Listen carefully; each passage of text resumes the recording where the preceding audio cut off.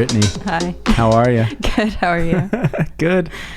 I know you're nervous. I feel a little nervous right now too, a little bit. Am I making you nervous? Maybe. It's probably rubbing off on you. That's okay. We'll start off with a little bit of nervous energy and then settle into a good conversation.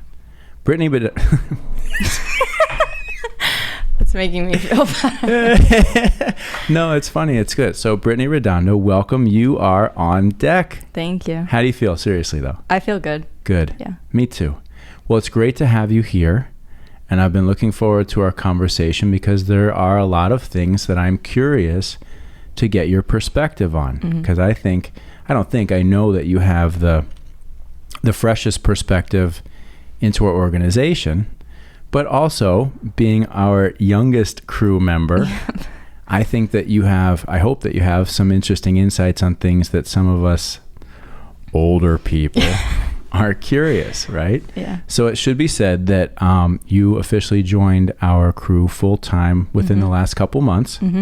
And you are a client coordinator. Yes. And you're working on a lot of social media and reputation management. And I think it's worth noting that you earned this position from over a year and a half ago, maybe almost 2 years ago. Yeah, I think it's 2 years. Yeah. You were one of our first interns, and you did a tremendous job. Thank you. And it was always our intention that when the time was right, that we'd like to be able to offer you a full-time position, which you definitely earned. And here you are. Finally here, I know. That's I was excited. Yeah, I thought within the last year things weren't going to work out, but everything still worked out. So. Well, and that's where I'd like to start with you because I'm curious, you, if I remember correctly, you're a student at University of Central Florida, correct? Yes. And last year, being 2020, that was your senior year. Right. So obviously we all know what went on in the world starting last year. What was it like to be a senior in college, looking forward to graduation and moving on to the next phase of your life? Yeah. And then having, such a shift. So I remember kind of when everyone found out that we weren't going back to school. I remember it was the end of our spring break. I was with my friends. We were in the Bahamas. And I remember the day before we were supposed to leave, they were saying that they were shutting everything down. And I remember all of us were worried we weren't going to be able to go back home. And at first we were like, that's okay. We'll just have another week off school. We'll see everyone in a couple weeks. And then a couple days passed. And I remember they were like, school's canceled. It's all virtual. You're not coming back. Graduation is going to be online. Everything happened super quick. So it was a lot of emotions. I remember last year, around this time and everything. So now I've come to terms with everything, but I remember at that time it was very emotional. And I just remember being worried, feeling like my graduation wasn't going to be as important and where am I going to work? And there was a lot of things going on at that time, but I like to think that everything happens for a reason. So yeah. It's a good attitude. I agree, but I'm curious, did it feel like at that time that a very meaningful part of your life that you were working towards was taken away? Oh yeah, definitely. I remember telling my parents, I want to go back to school. I don't want to end my semester short yet, things like that. And I remember my dad sitting down with me and saying this has never happened before.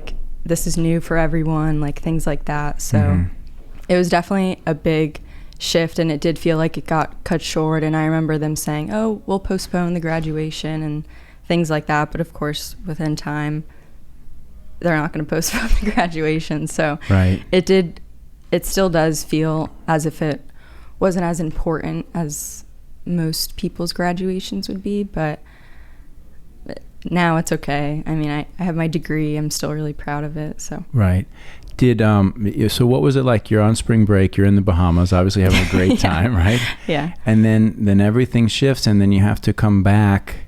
And are you immediately switched to attending school online? Were they able to make the shift that quickly in terms of the educational process? Yeah. So I remember that first week back from break, they hadn't figured out Zoom yet because I was pretty new to everyone at the time. Right. But already the following week, so there was a week of where it's just we're communicating through email and we weren't able to have like actual classes.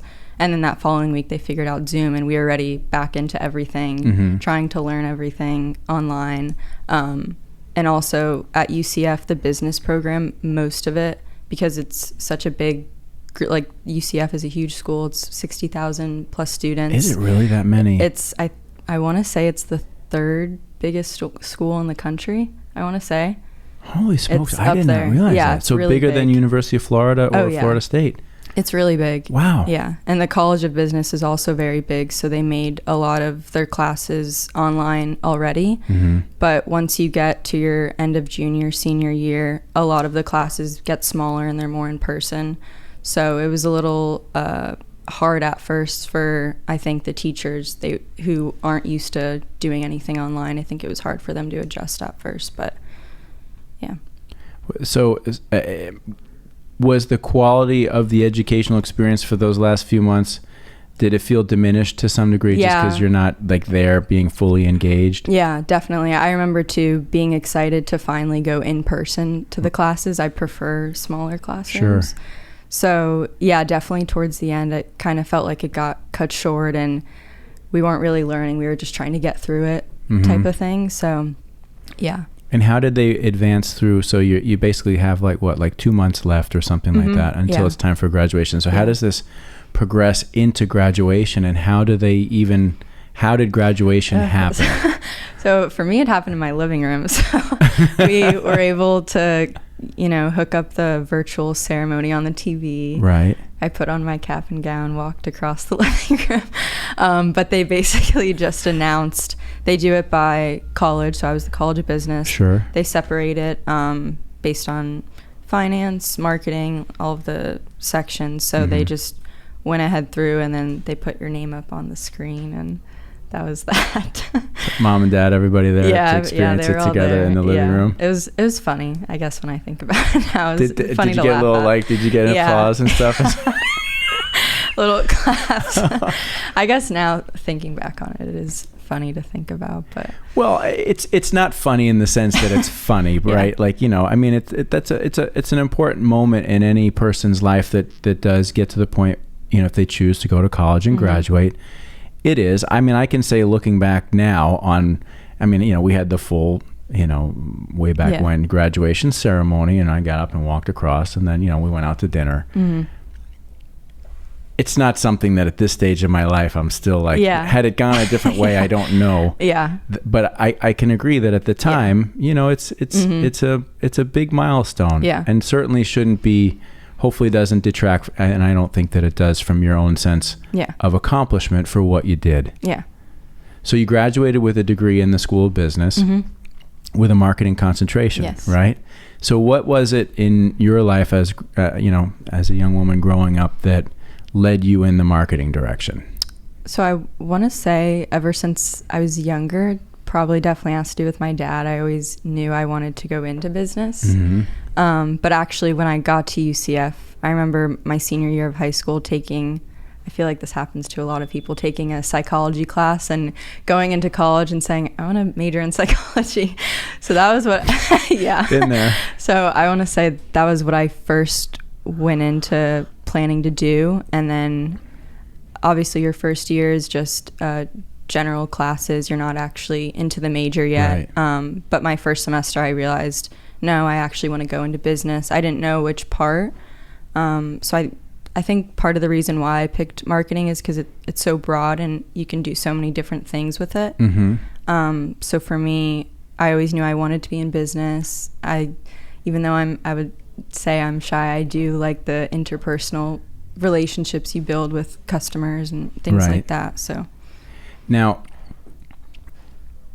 we have a number of things in common. One of them is that, both of our dads were successful car dealers, right? And, my dad had a long career, obviously. I didn't know that. Yeah, it's true. And I've known your dad for a long period of time, and I have a tremendous amount of respect for what he's accomplished in his career, because I view your dad as one of the real made it in the business car guys. Started at the bottom and worked his way all the way up to become an owner it's a tremendous accomplishment. I think it's, I think that the car business is a really beautiful entrepreneurial environment that anybody can go into, and with the right amount of work and talent and dedication, can make it to the top. And your dad did that. So you grew up in that. And I say we share this because I did too. I know for myself as a kid, I didn't really want to get into the car business, right? Like I didn't have an interest in it. I'm curious, being another child of the car business, what was that like, and how did that shape your career trajectory, if you will? Yeah, I think it's funny because I didn't plan necessarily to, I knew I wanted to be involved in what he was doing if that opportunity came about, but I never planned to be necessarily working with cars or be in the car business. So I think it's interesting now how I'm at an advertising agency that advertises mostly for car dealers. So yeah, it goes full circle. Yeah, it really does. Yeah, it really does. It did for me too. Now, when you were growing up, did you spend time in the dealership? Were you around to see what was going on to some degree? Yeah. So, as you know, we were in Georgia for a long time. So that was mostly where I remember starting to be in dealerships. I definitely remember being in his office, and I always remember seeing our pictures. That was one of the things I remember seeing, remembering being in the dealership in his office and things like that. But yeah, I never really imagined or pictured myself actually being in the car business, but I knew it was, for him, he was super successful. So I wasn't necessarily thinking, oh no, I don't want to be in the car business. I was thinking, oh, he's very successful and it worked for him. So I never was turned away from it. But yeah. So what you essentially learned is the work ethic and the business acumen and seeing what somebody can accomplish in that environment. Right. Yeah.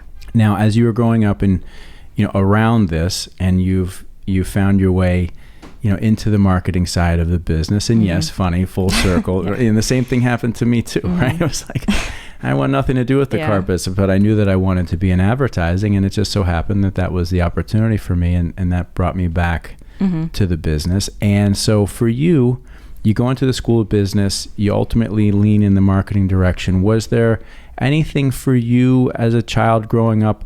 Was there a creative spark, or was there something that you would say was there that also helped lead you in this direction? So it's funny because before I even started working here, even the beginning of college, I would never classify myself as creative. I always thought, oh no, I'm not. But whenever I talk to my friends or my family, they're like, no, you definitely are. So I never really saw myself that way. I knew, my mom always said when I was younger that I wanted to be my own boss one day.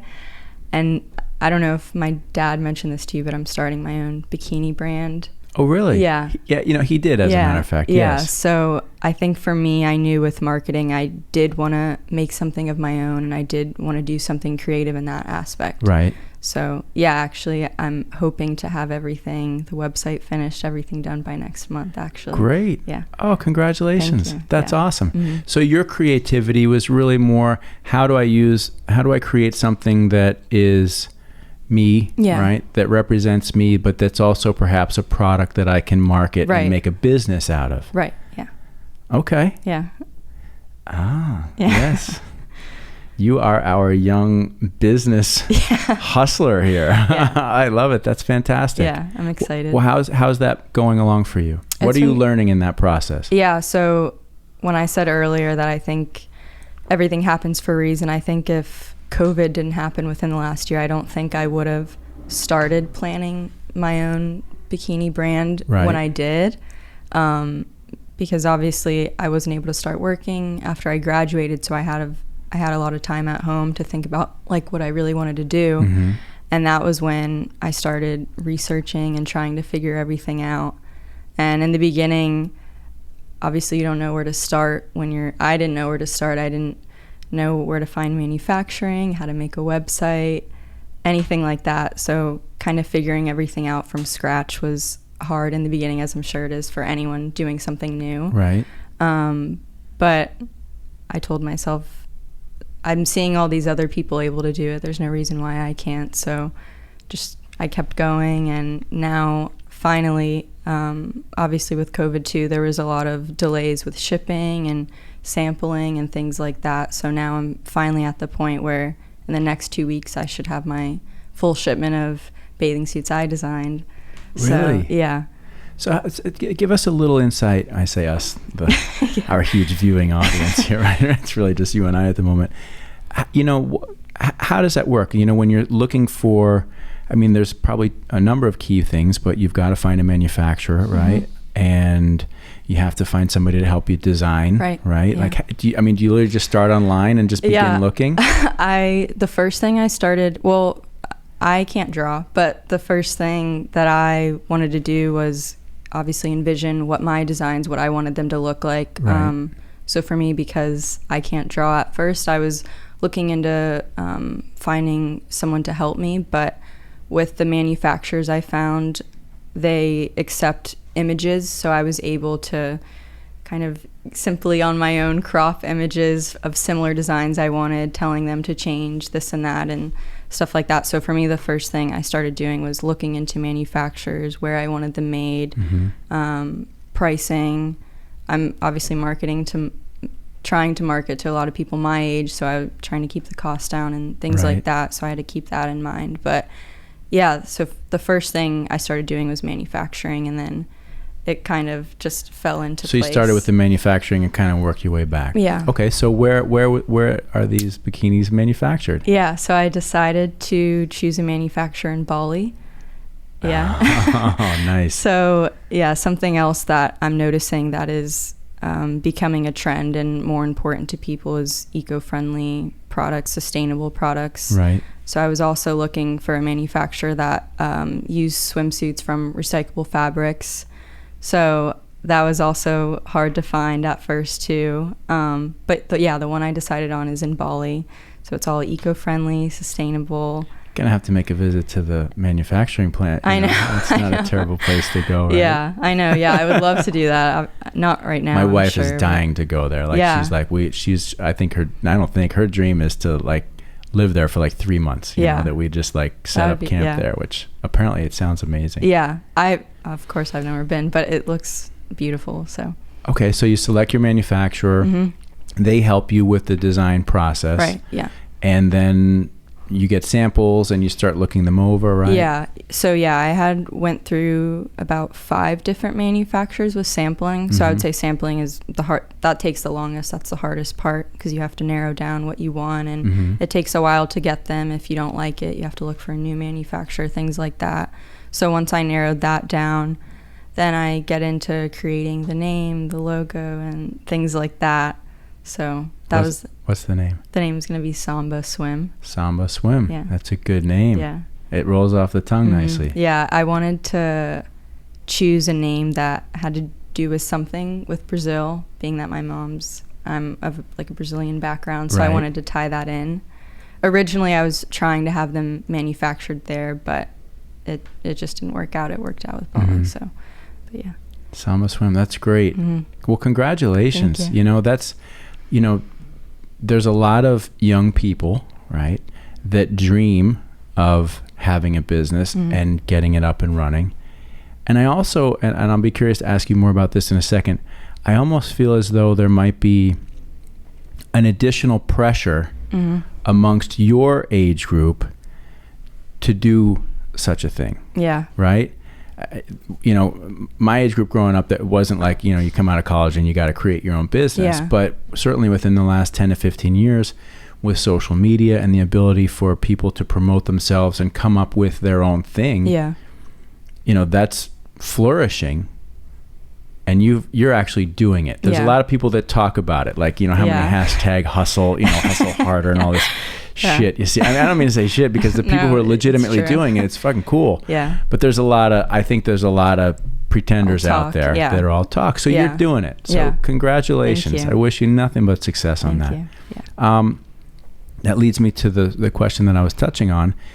Is there more pressure in your age group to create either a persona or a brand Mm-hmm.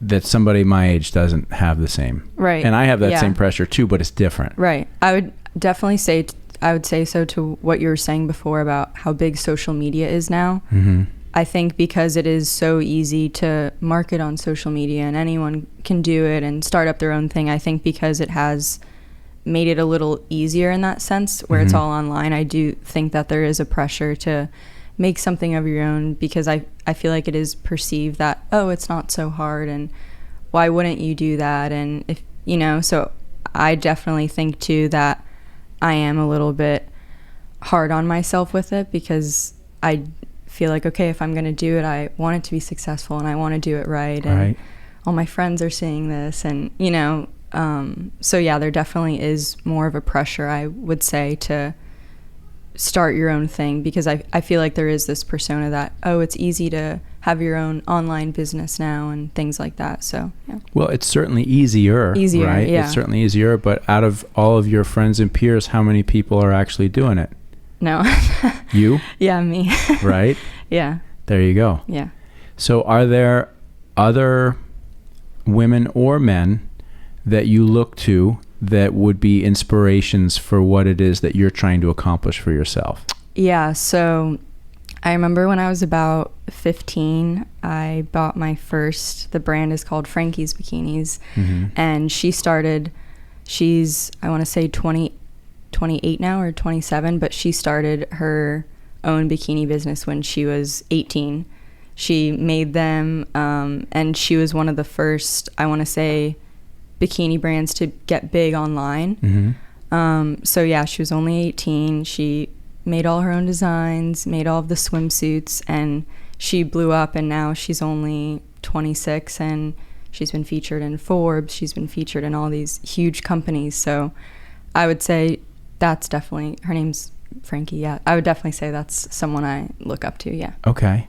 What, when you look at her, what are the things that you look at that you're able to say, what have you learned, right? Like, what are some of the things that you wouldn't have done had you not had that exposure to her? Yeah. So she writes a lot of, or she's featured in a lot of different articles and interviews and things like that. So I'll always read them. But yeah, something she always says is it's super important, obviously, to reach out to your customer base and find out what they like and ask them what they like, of course staying true to your designs and what you want to do, but that the customers are really the most important thing, and if you listen to them, they'll become loyal, and that's how you grow. So that's definitely something. Great advice for any business, right? Yeah. I mean, certainly I think we could all do a little bit more of that from time to time. You know, well, sometimes we all think that it's not that we think that we know everything, but we know what we know, and we're creating our thing. Yeah.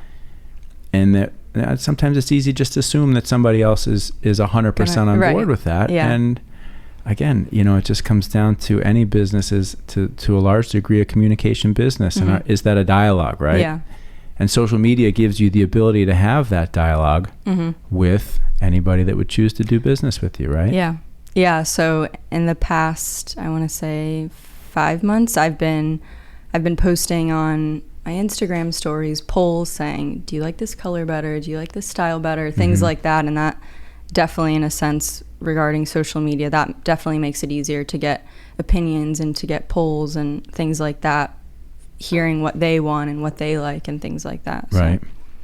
Do you find, okay, so I think it's no secret that anybody of an older generation would look at your generation, and quite frankly, up to people in their mid-30s, which is, I guess, Generation Y, whatever the title is, millennials and all this stuff. You're not a millennial. You're not even a millennial. No. Like, you're like below that, not below that, before that. Right. That's a better way to say that. But the question is a lot of us have this perspective that younger generations that have grown up largely using social media from a very young age are dealing with different sets of pressures that we did growing up, from the perspective of, number one, is there this pressure to constantly have your life out there? Yeah.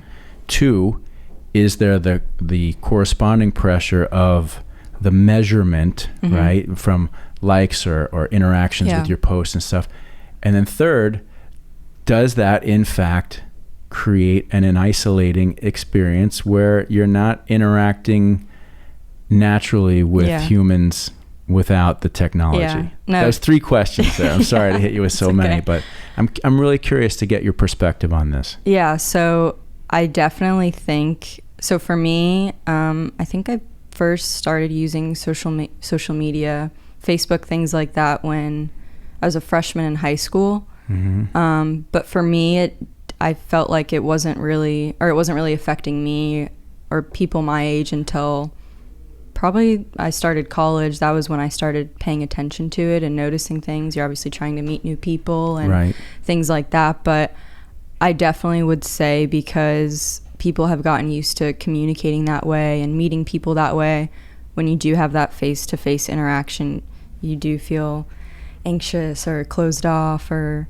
shy, you know? So I definitely think that that does have an effect on a lot of people, especially people younger than me too. So Is it a shyness that just comes from the fact that you haven't had as many personal, like, you know, person-to-person interactions at that stage in your life, so you're just uncertain of it?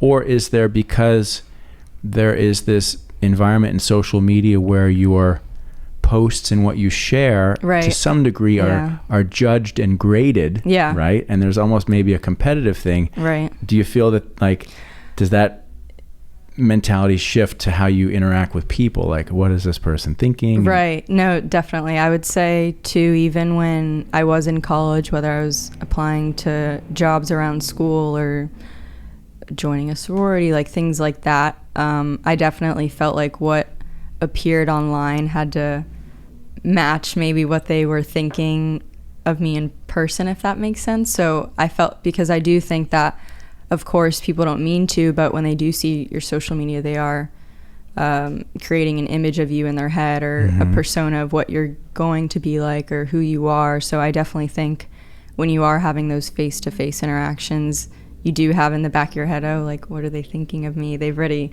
seen my social media, what, you know? So yeah. Because you've put a certain image of yourself out to the world, and given the world the opportunity to form their own opinion about that, right? And now here you come as the real person, right? And there's always a difference between the image that is presented and who you really are. It's sort of like, well, is this person going to really understand or accept me for who I am in this moment? Or have they already created a predetermined opinion of who I am based on that? Yeah, definitely.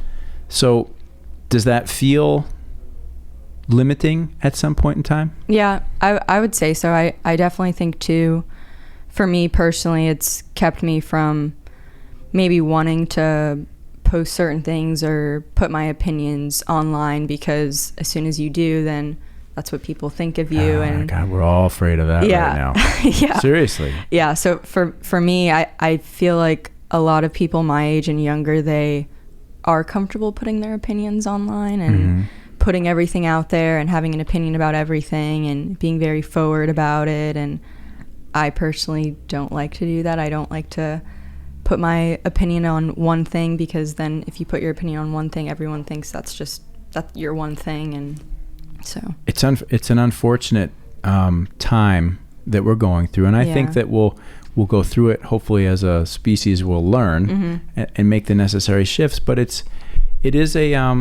challenging right now, because we live in a country that's a free country, and one of the greatest things about our country, from the way it was founded, is that we have the right to express our thoughts and beliefs. But we've gotten to this time right now that you can't really freely express your thoughts and beliefs about anything, because if you have a position that is this on this one thing, the majority of people who see that are going to assume, well, then you fit into this category, and really, and we all know it's the left or the right, you know, and I think that's a very unfair situation, because I mean, I speak for myself. I have conservative beliefs. I have liberal beliefs. You know, I agree. Yeah. And if I just express a conservative belief, then it's like, well, I apparently I'm just in this category, and that's really unfair. And I think that right now, with cancel culture and everything that's going on, it makes it very difficult for people to communicate freely. And we should be able to communicate freely and have differences of opinion that we respect in each other. Yeah, you know? I agree. Yeah, I definitely wish that, as much as I feel like people like to say they're open, I do wish that people were more open to other people's opinions and agreeing with the idea that there's not a wrong or right answer to everything. It's not all black and white. I do wish that more people my age, not just my age, I think it's a lot younger, but I do wish that they were more open to that idea that it's not all one-sided and you can have more than one opinion and things like that. So yeah, going back to what I was saying, that's definitely why I try to avoid putting out my opinions online and things like that. You have to, number one, you as a young woman who is beginning to establish her business and brand, you have to be extremely cautious, right, about what you present, because you're making an initial impact, an impression on people that at this stage in your career development or business development, you can't afford to fuck that up, right? Like, you've got to get that right. And so you're being very smart and making the right decision by saying, now's not the time for me to be sharing my opinions about stuff. Right. Yeah, exactly. I wonder, I often wonder with this, I mean, I have a lot of opinions too, right? And I would love to be able to freely communicate them at some point in time, but I also still at this, even much further down the road, say I have a business. This business is not only the culmination of all my passions in work and life, but it supports my family. It helps to support everybody here in some way. And I have a responsibility to myself, to my family, and to everybody here to make sure that I position our company and brand the right way that enables us all to grow, right? And so it's a tough thing, because, there's some times when you just want to go, oh my God, I want to speak out on this. Right. And then you go, well. Yeah. No, I've definitely bit my tongue a lot of times with everything that's been going on within the last year. But I don't think it's worth it sometimes to. I hear you. I think it's just keep to yourself. I hear you. Now, so our older generation perspective of the younger generation social media, I think, is probably unfairly negative from the perspective that we think, well, they're on their phones all the time. You're on your phone all the time. It's social media this. You don't know how to interact with people, which that's only one side of it. So I'd like to ask you the flip side. Having grown up as you have and been exposed to social media at a young age and being in the position to create and develop your own business and brand, let's talk about the positive aspects of social media. When you look at it, I'm curious, like what's the most positive aspect for you? I definitely think if social media wasn't as big or as used as it is now, I don't know if I would have felt as comfortable to start my own business. I feel like because I have access to seeing what everyone's doing, what everyone likes, seeing new ideas all of the time on social media, I definitely think that's kind of what has helped me with my creative side, even seeing new ideas all the time. And I do think, even though there are, like you said, there are negative aspects to social media, I do think it really does keep everyone in a big community, and it does help people converse and share new ideas. And I do think it does become its own community in itself. So it makes the world very small in a way, does it not? Definitely. I mean, when you think about it, at your age, to be not only creating your own business and brand, but to be able to, without, I don't want to say it wasn't difficult, right? Of course it's difficult, but to, within a period of time with effort, determine that you're going to manufacture your product in Bali at this, to have access to the information to research and find that, and then actually make that happen.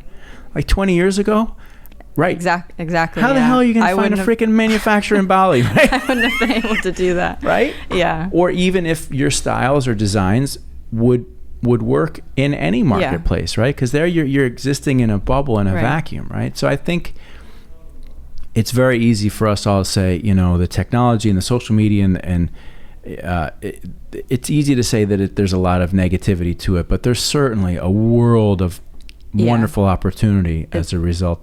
Yeah, like you said, I wouldn't have been able to find a manufacturer in Bali.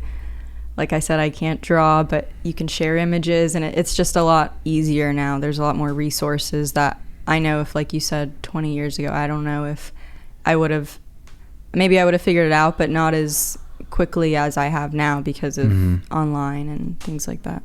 How are your other friends and peers navigating through this time, right? Is it tough for them? So I was actually the only one of my close friends, group of friends that graduated last year. A lot of them, they're in medical, so they're in school a lot longer, or they're a year younger. So for me, I was one of my only friends to graduate last year. So right now, a lot of them are still in school.